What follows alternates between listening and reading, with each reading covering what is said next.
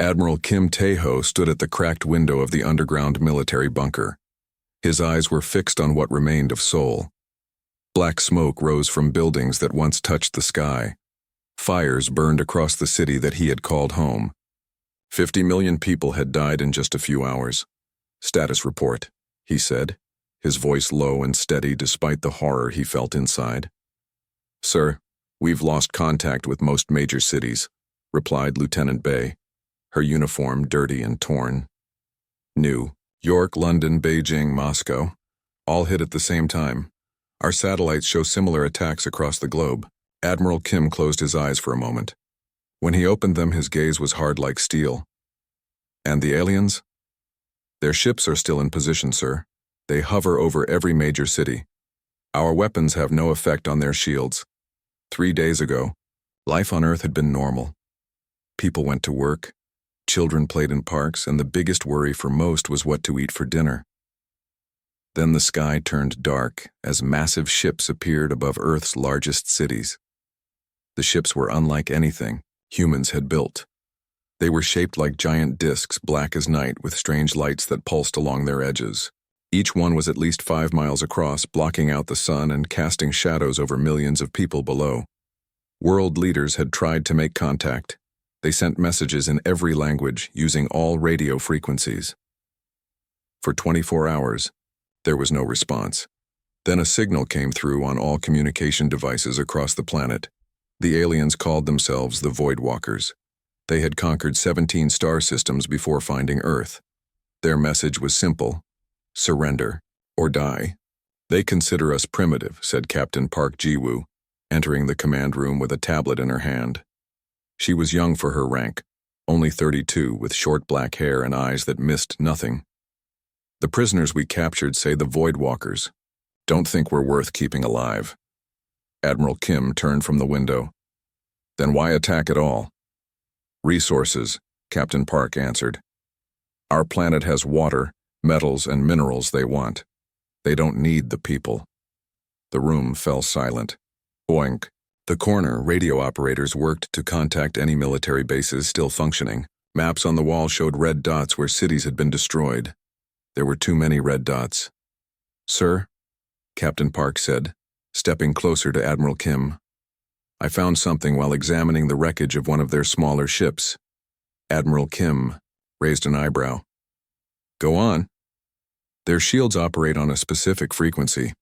I believe we can disrupt them with the right kind of electromagnetic pulse." For the first time since the attack began, a small spark of hope appeared in the Admiral's eyes. "Show me," he said. Captain Park placed her tablet on the central table. The screen showed diagrams of alien technology, with notes and calculations in the margins. "Their shield generators create an energy field that blocks our weapons," she explained. "But the field pulses at regular intervals. There's a pattern.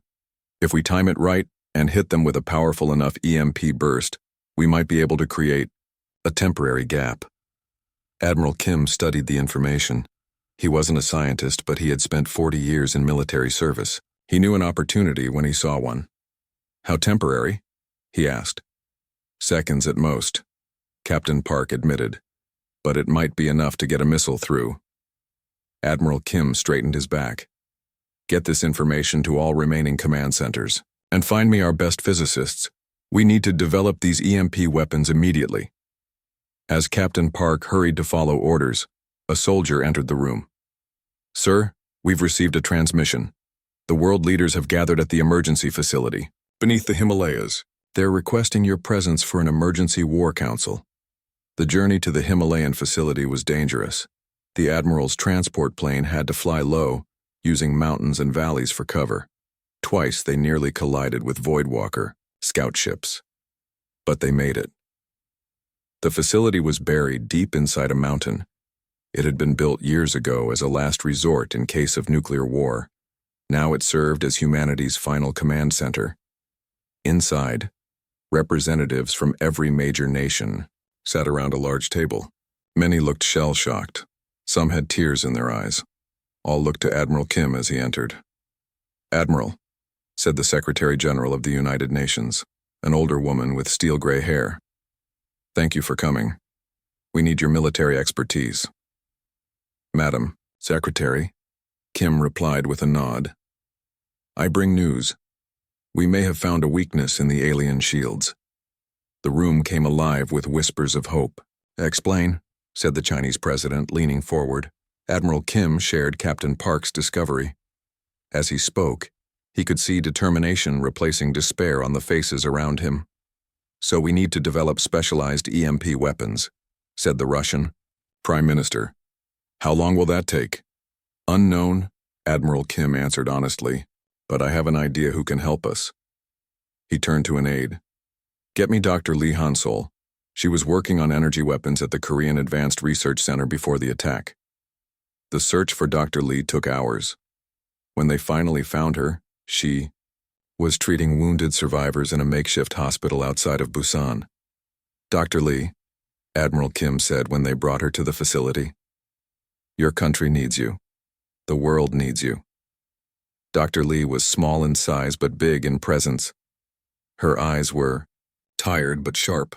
Tell me what you need, Admiral, she said simply. Admiral Kim showed her Captain Park's findings.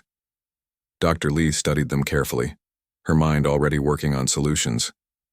I can do this, she said finally, but I'll need resources, equipment, and other scientists. You'll have everything we can provide, the Secretary General promised. As plans began to form, Admiral Kim returned to the window. This one looked out at the snow-covered mountains. The view was peaceful, so different from the burning cities below. A Voidwalker ship passed overhead, its black shape a stark contrast against the blue sky. It moved with confidence, unaware that humans were already finding ways to fight back. You made a mistake, Admiral Kim whispered to the alien vessel.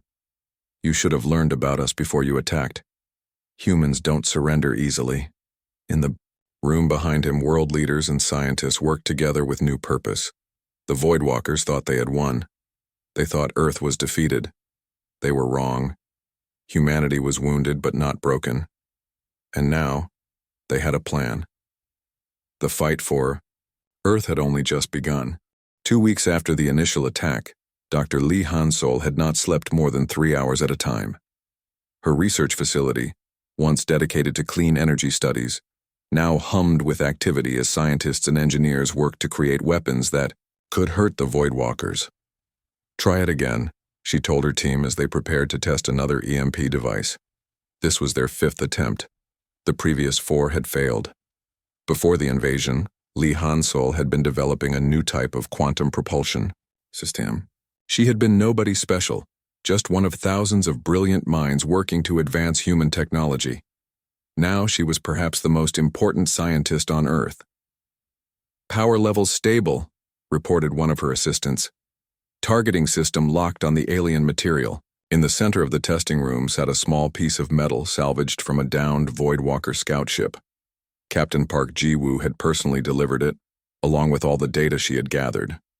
Firing in 3, 2, 1. A pulse of energy shot from the device. For a moment nothing happened.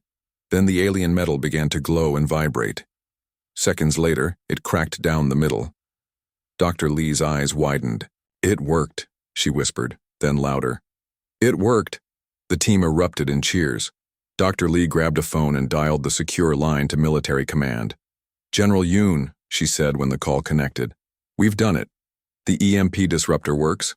On their technology. General Yoon Sang-min had been appointed commander of Earth's United Defense Forces after most senior military leaders had been killed in the initial attack. He was younger than most generals, only 52, but he had a sharp mind and a strong will. How effective is it? The general asked. It creates a 30-second window where their shields won't function, Dr. Lee explained. After that, the system resets itself. 30 seconds, General Yoon repeated. That's not much time. It's all we have, Dr. Lee said simply. General, Yoon was quiet for a moment.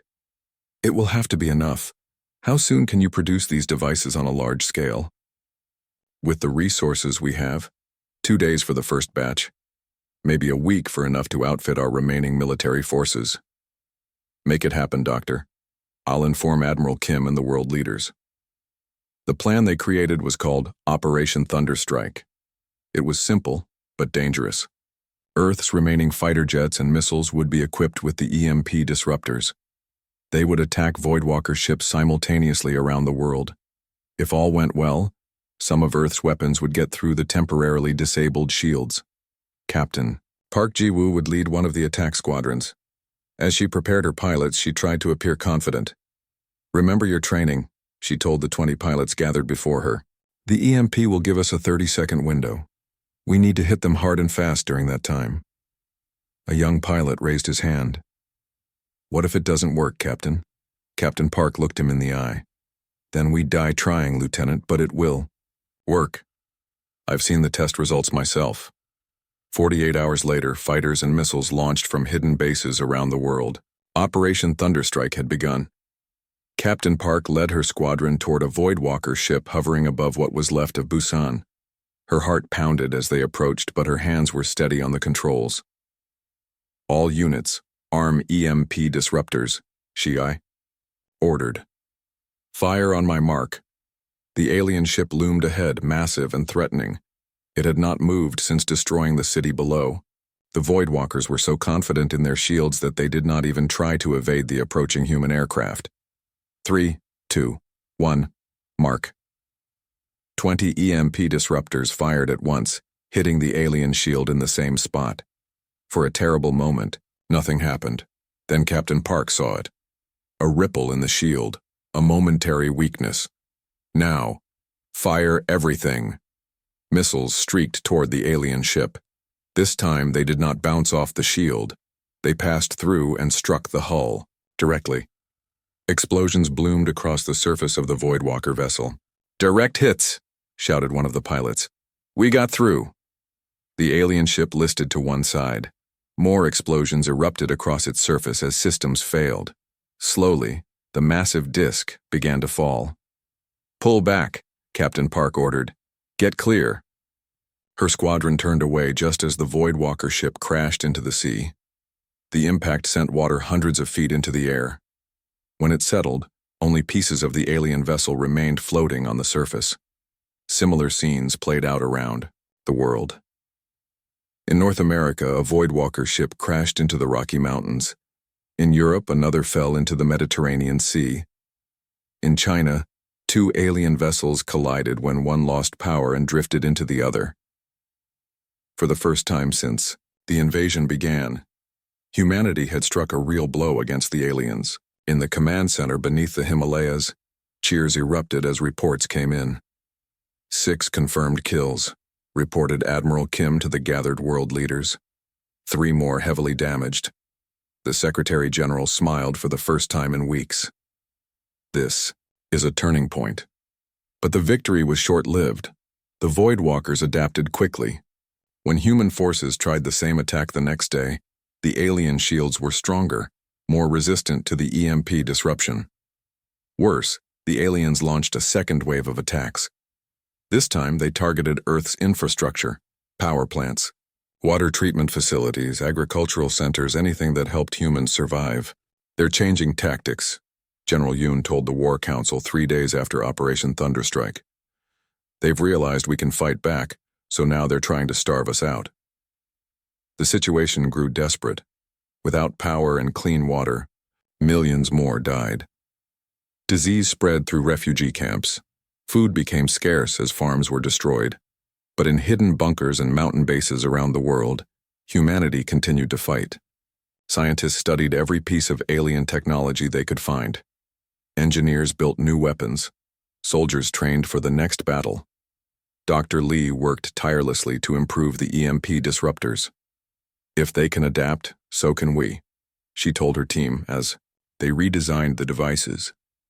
In a small lab adjacent to Dr. Lee's main facility, a drone engineer named Choi Min-ho made an important discovery.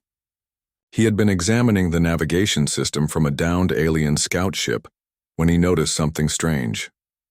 "Dr. Lee," he called out. "I think you should see this." Dr. Lee joined him at his workstation. On the screen was an image of what looked like organic tissue integrated with electronic components. What am I looking at? She asked. Their computer system, Choi explained. It's not digital like ours, it's biological. They're using living tissue as part of their technology. Dr. Lee stared at the screen. Are you certain? Choi nodded.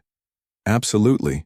And I think this might be why our EMP weapons worked at first, but not anymore. The biological components adapted, like an immune system fighting off a disease. Dr. Lee's mind raced with possibilities.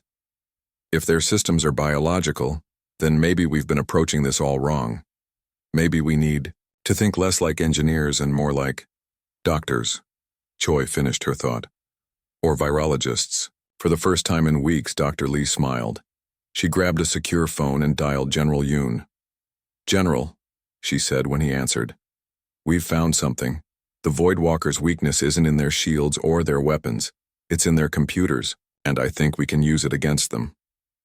As she explained Choi's discovery, a new plan began to form. Humanity had lost battles, but the war was far from over. The Voidwalkers had made another mistake. They had given humans time to learn, to adapt. And humans were very good at adapting. Choi Min-ho had never expected to be important. Before the war, he had been a drone engineer for a small tech company. He designed delivery drones that carried packages across Seoul. Now, he led a team of 30 scientists working on what might be humanity's best hope for survival. Show me again, said Admiral Kim as he stood in Choi's laboratory. The room was deep underground, safe from alien sensors. Choi nodded and pointed to a large screen on the wall. It showed microscopic images of the alien technology they had captured. This is their navigation system, Choi explained. See these parts that look like tiny veins? They're actual living tissue. The Voidwalkers don't use computers like we do. They grow them. Admiral Kim leaned closer to the screen. And you're certain this gives us an advantage? Yes, sir, Choi said confidently. Their biological systems are advanced, but they have no concept of artificial intelligence as we understand it. Our digital systems can interact with theirs in ways they never prepared for. The discovery had changed everything. For the past month, Choi and his team had been reverse engineering Voidwalker technology from a downed scout ship. What they found was both fascinating and promising. Think of it this way, Choi continued. Their technology is like a living creature. It can adapt and heal, which is why our EMP weapons stopped working. But just like living creatures, it can also get sick. Admiral Kim turned to Dr. Lee Hansol, who stood nearby. And you believe we can create a sickness for their systems? Dr. Lee nodded. A virus. Not a biological one, but a digital one that can infect their biotech interface. Min-ho's team has identified how our computers can communicate with their biological systems. We can use that connection to upload a virus that will disrupt their entire network. How long until this virus is ready? Asked General Yoon, who had been quietly listening. 3 days, Dr. Lee answered. But delivering it will be the real challenge. We need direct access to one of their command ships. The room fell silent. Getting aboard a Voidwalker command ship seemed impossible. These massive vessels stayed in high orbit, never coming close to Earth's surface. Captain Park Ji-woo, who had been studying captured alien shuttles, spoke up. We might have a way. My team has learned how to operate one of their transports. We could use it to approach the command ship without raising suspicion. Admiral Kim looked at each person in the room. They were tired. They had all lost loved ones. But in their eyes, he saw determination. This is extremely dangerous, he said. We would be sending a small team into the heart of enemy territory. I'll go, Captain Park said immediately. I know how to fly their shuttle. I need to go too, said Dr. Lee. The virus will need to be adjusted once we're inside their system. I'm the only one who fully understands how it works. Admiral Kim considered their words. The mission was risky, but they had few options left. The Voidwalkers were slowly destroying Earth's ability to support human life. Water sources were contaminated, food was scarce, time was running out. Very well, he said finally. Captain Park, Dr. Lee, select 4 more team members. You leave in 3 days. The next 72 hours were a blur of preparation. Dr. Lee and Choi worked non-stop to perfect the virus. Captain Park trained her team on operating the alien shuttle. Every detail had to be perfect. There would be no second chance. On the morning of the mission, Admiral Kim addressed the 6-person team. "What you are about to attempt may save our species," he told them. "No matter what happens today, know that Earth is proud of you." The team boarded the captured Voidwalker shuttle. It was strange inside, with controls that seemed designed for hands different from human ones. The seats were too large, the ceiling too high. But Captain Park had learned its secrets. "Ready?" she asked Dr. Lee, who sat beside her. Dr. Lee clutched a small device that contained the virus. "As ready as I'll ever be." The shuttle rose from its hidden hangar beneath a mountain. Its engines made almost no sound. In the distance, they could see a Voidwalker destroyer hovering over what had once been Tokyo. "Stay calm," Captain Park told her team. "Remember, their scanners will see this as one of their own vessels. Just act like we belong." The shuttle climbed, higher and higher, leaving Earth's atmosphere. Above them, the stars were bright and clear. Among them was their target, the massive command ship that coordinated all Voidwalker activities in Earth's solar system. As they approached, Captain Park sent the identification codes they had learned from studying alien communications. Long seconds passed as they waited for a response. "Shuttle TZ-419, you are cleared to dock in Bay 7, came a response in the strange, clicking language of the Voidwalkers. Their translation software converted it to human speech. Captain Park released a breath she hadn't realized she was holding. "First hurdle cleared," she whispered. The command ship grew larger in their view screen. It was enormous, easily 20 miles across. Its black surface absorbed light rather than reflected it, making it seem like a hole in space itself. The shuttle entered Bay 7 and landed smoothly. The team put on captured Voidwalker environment suits, which would hide their human appearance. "Remember? The plan," Captain Park said. "We get to the central processing node, upload the virus, and get out. 40 minutes maximum." They moved through the alien ship as if they belonged there. The corridors were vast, designed for beings larger than humans. Actual Voidwalkers passed them occasionally. Tall, reptilian creatures with 4 arms and skin that seemed to shift colors slightly as they moved. Dr. Lee consulted a small device that tracked energy signatures. "The central node should be 2 levels up," she whispered through their comm system. They found a transport tube that carried them upward. When the doors opened, they saw a large chamber filled with pulsing, organic-looking technology. Tubes and fibers connected what appeared to be giant brain-like structures. "This is it," Dr. Lee said. "The biological computer core." She approached what seemed to be an interface panel. It was unlike any human computer, with surfaces that responded to touch by changing color and texture. "Cover me," she told the others as she began to work. Captain Park and the rest of the team positioned themselves around the chamber, weapons ready. So far, no alarms had sounded. The Voidwalkers had no reason to suspect that humans could understand their technology, let alone infiltrate it. Dr. Lee connected her device to the alien interface. The virus began to upload. On her screen, progress indicators moved slowly. "How much longer?" Captain Park asked after several tense minutes. "Almost done," Dr. Lee replied. "Just a few more." An alarm blared suddenly. Lights in the chamber turned, from blue to red. "They've detected us," shouted one of the team members. "Keep working," Captain Park ordered Dr. Lee. She turned to face the chamber entrance, weapon raised. The doors slid open. 3 Voidwalkers rushed in, their own weapons ready. Captain Park fired, hitting the first alien. The other 2 took cover and returned fire. 95%, Dr. Lee called out, still working furiously. "Almost there." The firefight intensified. One of the human team fell, hit by alien fire, then another. Captain Park was struck in the arm but kept fighting. "Done," Dr. Lee shouted finally. "The virus is uploaded." All around them, the organic computers began to pulse erratically. The lights flickered. The Voidwalkers seemed confused, looking around as their systems malfunctioned. "Back to the shuttle," Captain Park ordered. "Now." They fought their way back, losing another team member in the process. By the time they reached the shuttle, only Captain Park, Dr. Lee, and one other soldier remained. As they took off, they saw chaos erupting throughout the command ship. Systems were failing. Smaller vessels were colliding with each other. The virus was working, spreading through the Voidwalker network and turning their ships against each other. "We did it," Dr. Lee said in wonder as they flew away from the disintegrating command ship. It actually worked. Within hours, half the Voidwalker fleet had been destroyed or disabled by their own systems. Ships fired on each other.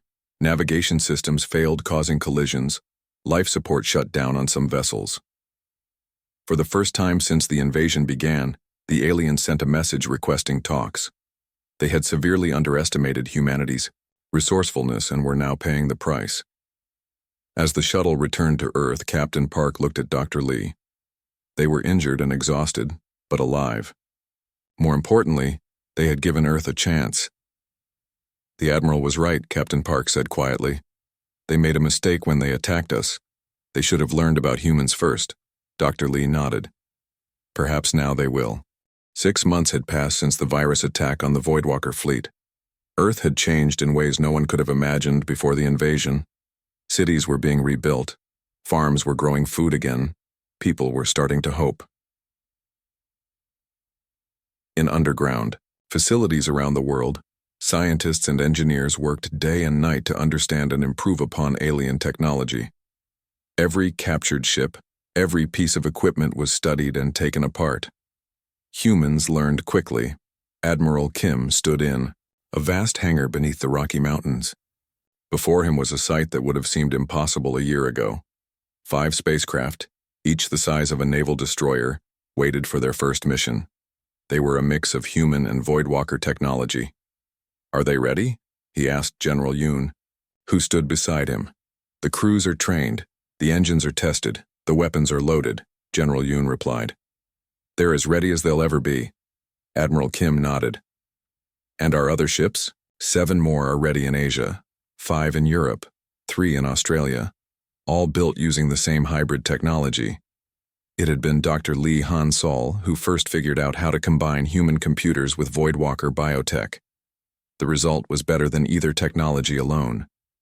The ships were faster, stronger, and more adaptable than anything Earth had built before. Captain Park Ji-woo, now promoted to colonel, joined them on the observation deck. She had a new scar across her cheek from the command ship mission, but her eyes were as determined as ever. "My crew is ready, sir," she reported. "We can leave whenever you give the order."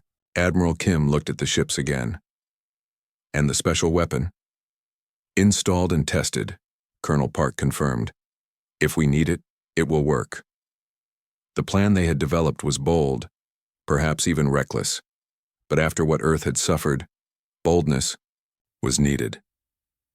The remaining Voidwalker forces had pulled back to the far side of the moon. They no longer attacked Earth directly, but they hadn't left the solar system either. It was time to show them that humans would not simply defend their planet. They would take the fight to the enemy. The next day, 20 Earth ships left the atmosphere. They were led by the flagship, Hope of Earth, commanded by General Yoon himself. Colonel Park commanded the second ship, Vengeance. The others were named after cities that had been destroyed: New Seoul, Phoenix, London, Rising, Beijing. As they approached the moon, they detected Voidwalker ships moving to intercept them. "They've spotted us," said Colonel Park's second-in-command. 15 ships heading our way." Colonel Park remained calm. "Just as we expected. All ships maintain formation. Prepare defensive systems." The Voidwalker ships approached rapidly. They were still larger than Earth's vessels, but they no longer seemed as intimidating as they once had. "They're charging weapons," reported the sensor operator. "Hold position," ordered General Yoon from the Hope of Earth. His voice was transmitted to all 20 ships. "Let them make the first move." The Voidwalkers fired. Energy beams lanced out toward the Earth fleet. But instead of causing damage, the beams were absorbed by the shields Dr. Lee had designed based on Voidwalker technology. "Shields holding at 90%, reported Colonel Park's engineer. The modifications worked. Now it was Earth's turn. 20 ships fired in perfect unison. The weapons were a human design but powered by alien energy sources. The effect was devastating. 3 Voidwalker ships exploded immediately. 4 more were damaged and began to retreat. They didn't expect us to understand their technology so quickly, Colonel Park said with grim satisfaction. That's their third mistake. The battle lasted less than 30 minutes. When it ended, the Voidwalker defense fleet was destroyed or scattered. The path to their main base on the far side of the moon was clear.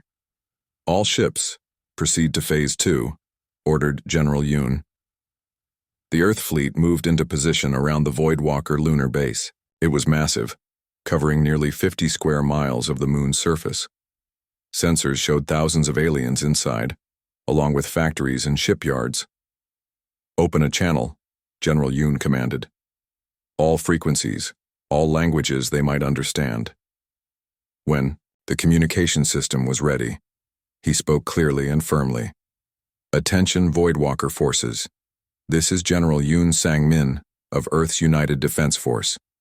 Your attack fleet has been destroyed. Your position is surrounded. We demand to speak with your highest-ranking leader immediately.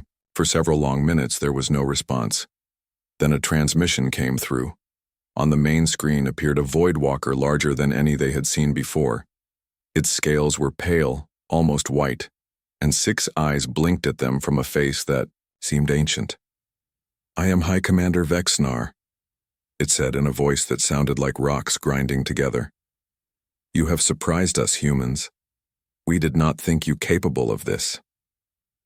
You underestimated us, General Yoon replied. That was your first mistake. The alien made a gesture that might have been the equivalent of a shrug. What do you want, to destroy our base? You have the capability now.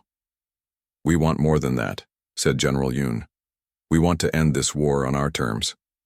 Using the Voidwalkers' own transportation system, General Yoon, Colonel Park, and Dr. Lee transported down to the lunar base for direct negotiations. It was a risk, but they were beyond fear now. The meeting chamber was designed for Voidwalkers, not humans. The ceilings were too high, the furniture too large, but the humans did not show any discomfort as they faced the alien leaders. These are our terms, General Yoon stated. First, all Voidwalker forces will immediately withdraw from Earth's solar system. High Commander Vexnar's eyes narrowed. And if we refuse? In answer, Colonel Park activated a small device. A hologram appeared showing Earth's fleet surrounding the lunar base. Then it showed something else. A massive weapon mounted on the Hope of Earth aimed directly at the base. We call it the Planet Cracker, she explained. It uses your own dimensional technology against you. One shot will tear this base apart at the atomic level. The Voidwalker leaders looked at each other, communicating in some way the humans couldn't understand. Second, continued General Yoon, you will pay reparations for the lives lost and the damage done to our world. What form would these reparations take? Asked another Voidwalker. Technology, answered Dr. Lee. Medical technology, to help our wounded. Environmental technology to clean our water and air. We know you have these things. The aliens conferred again. These terms are acceptable, said High Commander Vexnar finally. What else? Third, there will be a supervised exchange of knowledge between our species. We want to understand your technology, and you clearly need to understand us better. This caused some agitation among the Voidwalkers, but they didn't refuse. Finally, and most importantly, said General Yoon, his voice becoming harder, you will provide us with the location of every spacefaring civilization in this galaxy. High Commander Vexnar's 6 eyes blinked rapidly. Why do you want this information? General Yoon leaned forward. Because we're joining the galactic community, and we want to know exactly who our neighbors are. The meaning was clear. Earth would not be caught unprepared again. If humanity was going to travel among the stars, they would do so with eyes wide open. After hours of discussion, the Voidwalkers agreed to all terms. As the humans prepared to return to their ships, High Commander Vexnar approached General Yoon. You must understand, the alien said. We have conquered 17 systems before yours. None ever fought back as effectively as humans. None ever turned our own technology against us. General Yoon looked steadily at the alien leader. Remember that, he said, and spread the word to others you meet in space. Earth is not to be trifled with. As they transported back to their ships, Colonel Park turned to Dr. Lee. Do you think they'll honor the agreement? Dr. Lee looked back at the lunar base. They know what we're capable of now. I think they'd be fools not to. The Earth fleet departed for home, carrying the terms of humanity's first interstellar treaty. They had not just survived, they had prevailed, and now they were looking to the stars not with fear but with determination. 10 years had passed since the war with the Voidwalkers ended. Earth had changed beyond recognition. The scars of battle remained in the landscape, but humanity had rebuilt and grown stronger. Using modified Voidwalker technology, colonies now thrived on Mars and Europa. Mining operations in the asteroid belt provided materials for more ships and stations. Earth had become an interstellar species. President Kang Jun-seo stood at the window of her office in the new United Earth government building. From here she could see the rebuilt skyline of New Seoul. The city gleamed in the morning sun, a symbol of human resilience. Madam President, her aide said from the doorway, they're ready for you. President Kang nodded. Today was important, perhaps the most important day in human history since the end of the war.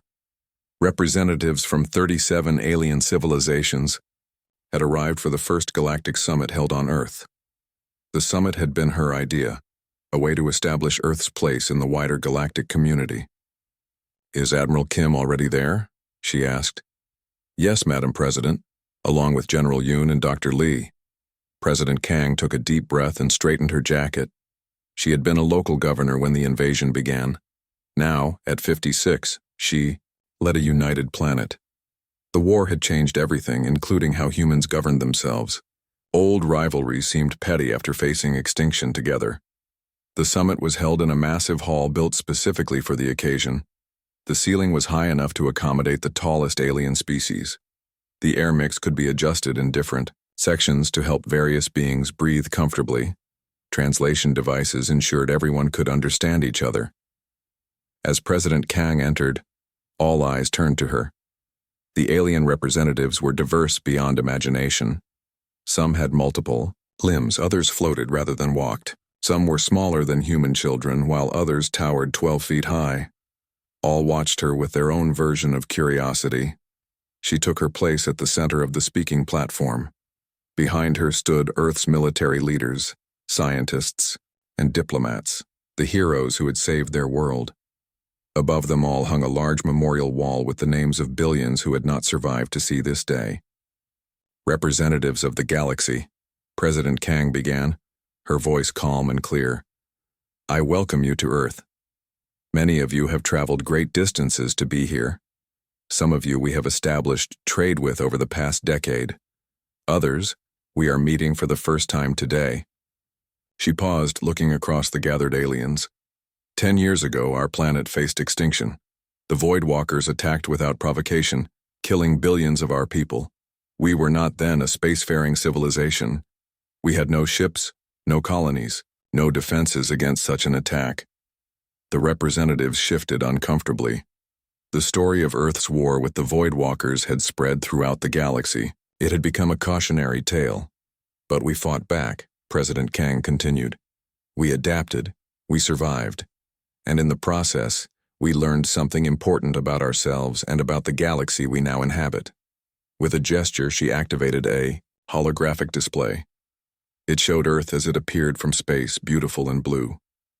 This is our home, she said. It remains beautiful despite the scars of war.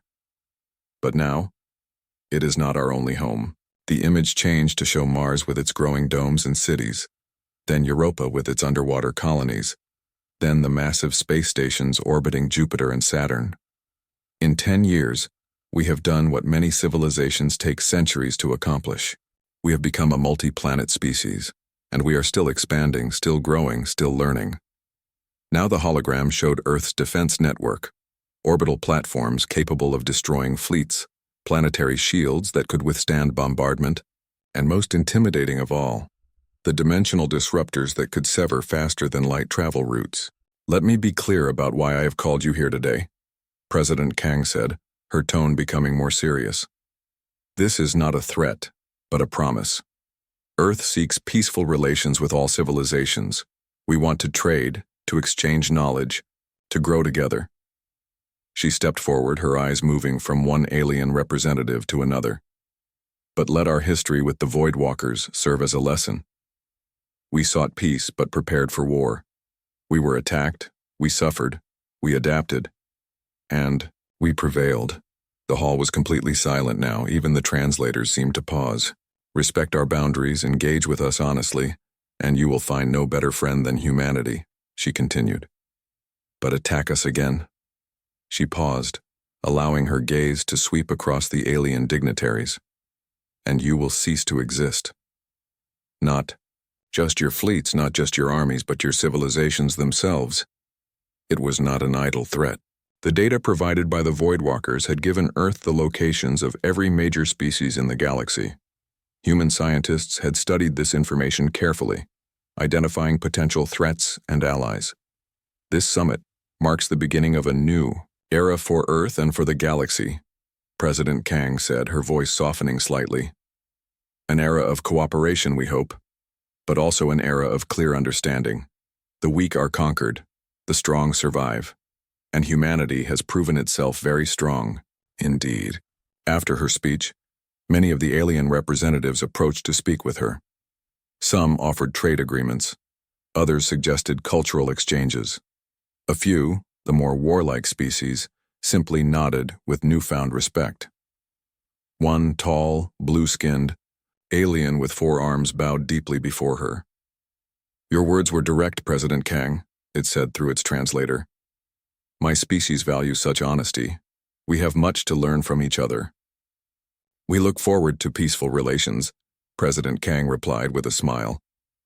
Later, as the summit continued with technical discussions and treaty negotiations, President Kang stepped outside for a moment of quiet. Admiral Kim joined her on the balcony overlooking the city. Do you think they understood the message? She asked him. Admiral Kim, now in his 70s but still sharp, nodded. They understood. Your words will spread throughout the galaxy faster than light itself. Some will fear us, others will respect us, but none will take us lightly. That's all I can hope for, she said. I don't want another war. Nor do I. The Admiral agreed. But if it comes, we'll be ready. In the months and years that followed, Earth's relations with other species grew and developed. Trade routes were established. Scientific knowledge was exchanged. Human ships began to explore further into the galaxy, making new discoveries and establishing colonies on distant worlds. The technological renaissance born from the war pushed humanity to heights they had only dreamed of before. Children who had never known life before the invasion grew up looking at the stars not with fear, but with wonder and ambition. Earth became a center for interspecies cooperation and commerce. The planet that had once been on the brink of destruction now thrived as never before. The old divisions between nations faded as humans embraced their identity as citizens of Earth first and foremost. Through it all, they maintained their vigilance, their innovation, and their unyielding determination to survive. The defense network was constantly improved. The fleet grew larger and more powerful. Every child learned about the war and the lesson it had taught, for in the vastness of space, Earth had learned a valuable lesson. Peace was preferable, but only the strong could enforce it, and humanity had vowed never to be weak again. The end.